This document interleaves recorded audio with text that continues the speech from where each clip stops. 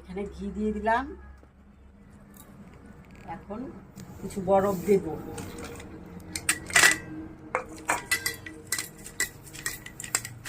দিয়ে আমি বাটার বানাবো।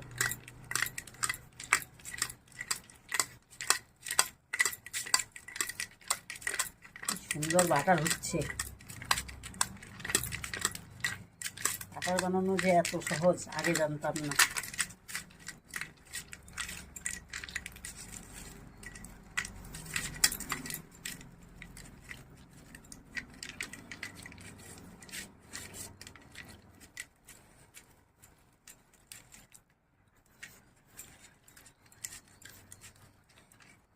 আগে বাচ্চাদের কিনে কিনে খাওয়াতাম বাজার থেকে, তখন তো জানতাম না ঘি দিয়েই বাটার বানানো যায়।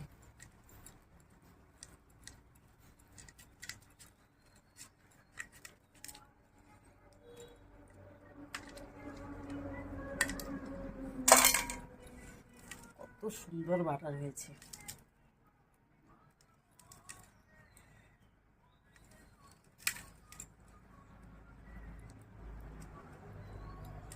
এটা ফ্রিজে রাখলেই শক্ত হয়ে যাবে।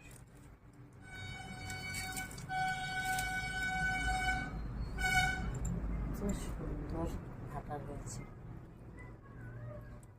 এটা ফ্রিজে রাখলেই সুন্দর বাটার হয়ে যাবে।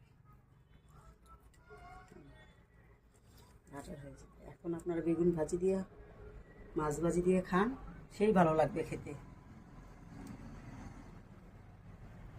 সুন্দর বাটার হয়েছে। আমার বাটার বানানোর ভিডিওটা যদি ভালো লাগে একটা লাইক অ্যান্ড সাবস্ক্রাইব করে দেবেন।